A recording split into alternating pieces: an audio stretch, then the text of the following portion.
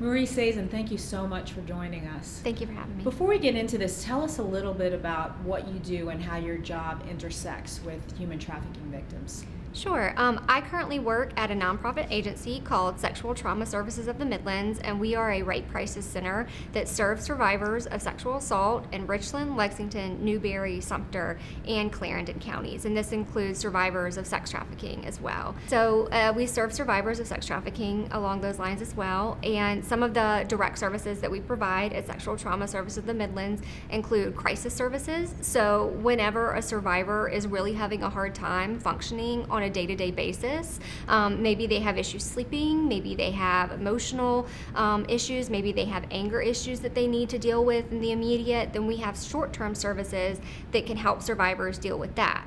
Additionally, we have clinical services where we have licensed counselors who have special training in trauma-informed care who can meet with survivors on a longer-term basis than our crisis care and kind of help them through that process of dealing with the trauma and healing and moving forward from that.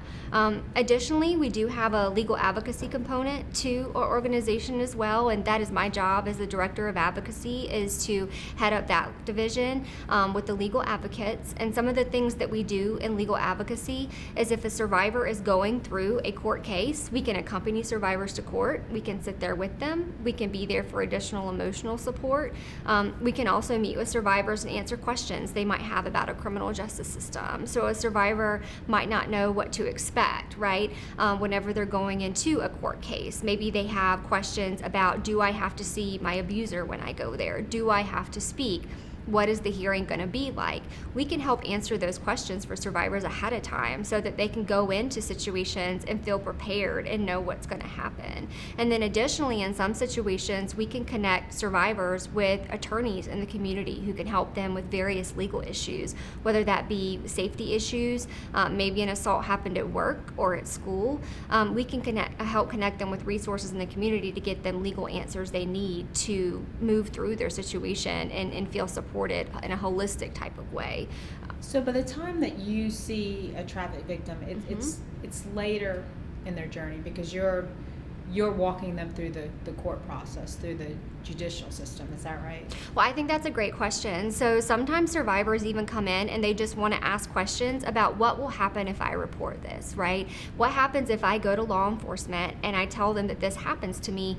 What happens next? Do I have to see my abuser again? Do I have to see my trafficker again? Do I have to talk about this in front of people? And what is that process like? So even before individuals report this to law enforcement, we can sit down with them and kind of prepare them for what it could be like as they go through that process to make an informed decision. Of course, that's only with adult survivors. Children, of course, are automatically reported to law enforcement or DSS, but adult survivors do often have that decision to make whether they want to go and report it or not. And so we can sit with them and talk to them about what that means and what their options might be. And additionally, in a situation like that, let's say that up front they say, I want to report it, but I'm scared for my safety. Then we can talk to them about certain things that might be available to them to keep them safe and to make them feel better after they do go to law enforcement. So it really kind of depends on where the survivor is and what type of information they want to find out, but we can be there with them even before reporting a crime all the way through disposition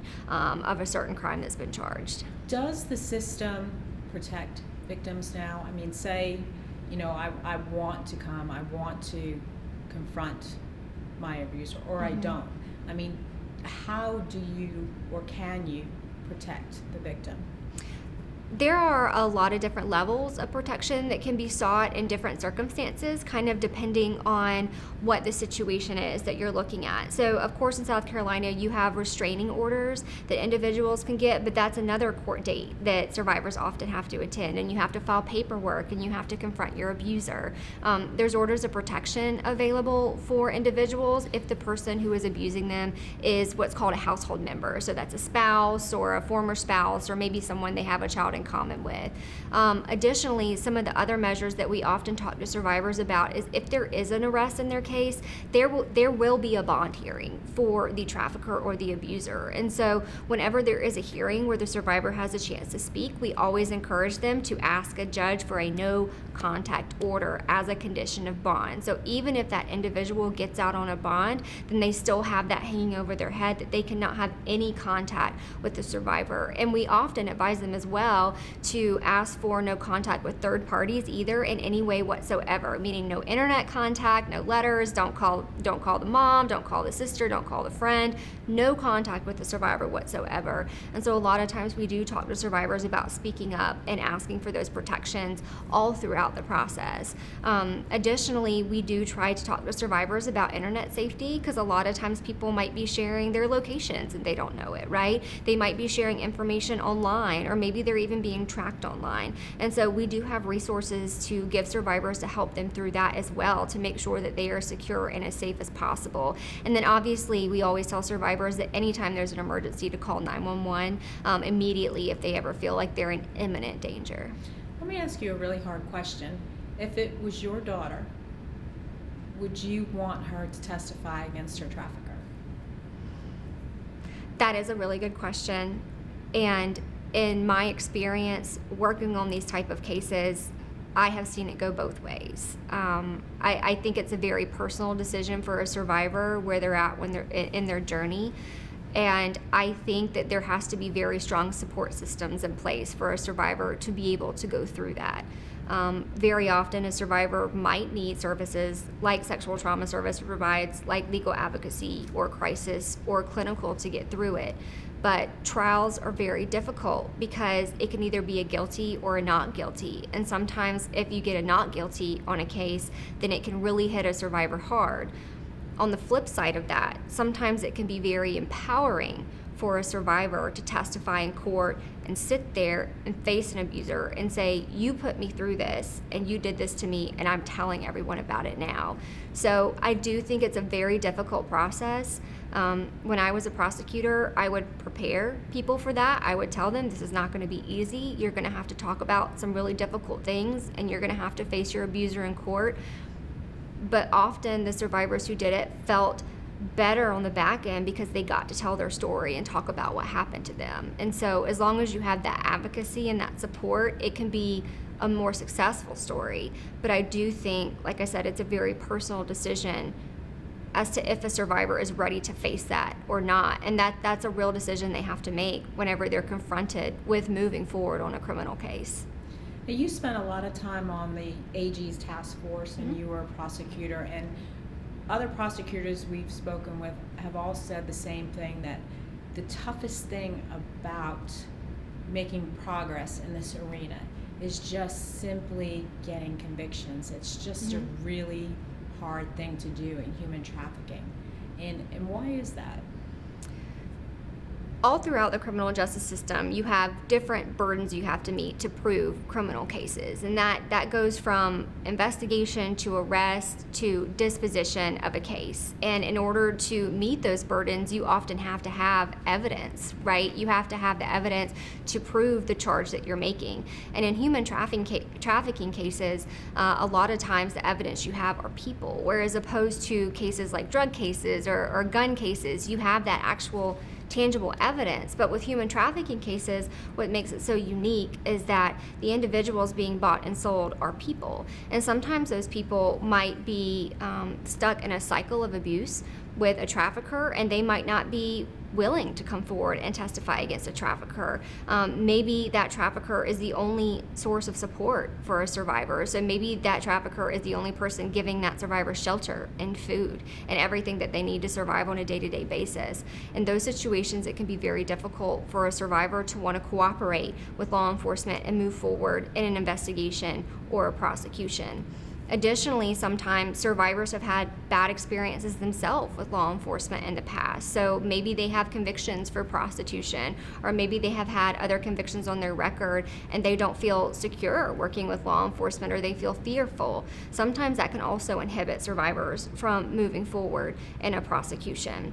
And so there's a lot of reasons why survivors might recant or might decide halfway through a prosecution that they don't want to go through it. Additionally, sometimes you have survivors who have simply moved on. They're out of a situation, they're in a better place, and they don't want to have to go through the system. They don't want to have to go into court and face their abuser. They don't want to tell their story. They're just out of it and they're happy to be moved on. So there's a lot of different factors that can come into play whenever you're talking about taking a case to trial or prosecuting a case that you have to consider. Can you prove that case if you take it to court? Do you have that evidence? Prosecutors have ethical considerations and like I mentioned, burdens of proof they have to meet, and they have to be there if you're going to take that to court. Is there anything that the State House can do, lawmakers, to give you guys better tools? I think that the key there in having more successful prosecutions and having survivors who are on board with prosecuting and who want to be a part of it is having those strong support systems there for the survivors. Because if a survivor is going to get out of an extraordinarily abusive situation with a trafficker who might be their only means of shelter and their only means of getting food, then there has to be other people there saying, you can come and get services from us and we can provide you that. We can provide you shelter. We can help you get on a better path. And then survivors might be more willing to move forward against a trafficker. And so I just think that having those stronger support systems could really make a big difference. And while South Carolina has made a lot of advancements in that in the past few years, there's continued work to be done, and there's continued collaboration to be done to ensure that all system partners, including criminal justice systems, service providers, nonprofits, advocates, can work together to have that more seamless provision of services to help survivors through something as difficult as a court case.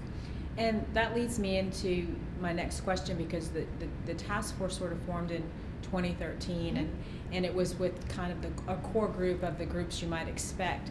But you mentioned that other groups have said that they wanted to come to the table. And are you encouraged by that? Do you see that more people are interested, that it's growing, that victims from 2013 to 2020 are being better served? So when I started with the South Carolina Human Trafficking Task Force in 2013, it was a smaller group. It was mostly just the mandated members who were originally listed under the 2013 law. Now, as that progressed and as that advanced, the Human Trafficking Task Force meetings grew, and interest in the meetings grew. And that was one of my favorite things about working on the task force, is just to see how many people were willing to come to the table and learn and talk about this issue and expand their services and accommodate these survivors of human trafficking that, frankly, everyone had already been encountering, but they just weren't sure exactly how to identify yet. And so I really think that the growth of the task force speaks volumes to the amount of people who really cared about this issue and wanted to get it right. And it was just a great process to see on a daily basis how many people wanted to be added to those meetings and wanted to come in and share what they could do or wanted to do. Do you think it's making a difference, though? Do you see a tangible impact? I do think that there is an impact from 2013 to now. I think that more agencies have learned how to appropriately screen. I think especially with juveniles, there has been a lot more recognition that sometimes runaways and incorrigible, so to speak, juveniles can be coming from potentially a trafficking situation. And I do think that a lot more people are able to identify those situations, as opposed to before when it might have been labeled otherwise. So people like family court judges and law enforcement and others are really starting to see things from a different perspective. I think it took a paradigm shift for a few years for people to be able to understand that, oh, these individuals that we might have previously labeled as being engaged in prostitution, they really might be trafficking victims. And so I have seen that shift happen. So I do see advancement as far as that goes, but I always think there's opportunity for further learning, further growth, and of course, further service provision for sex trafficking survivors. Is there anything, like off the top of your head, that you look at and you're like, oh, we need to change this, we need to advance that? Is there anything that troubles you about the current system? Let me put it that way.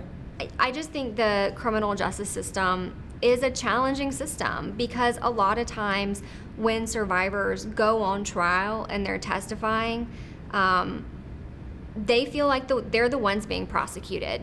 They feel like they're the ones that are having to go through it, and that they're the ones that have done something wrong.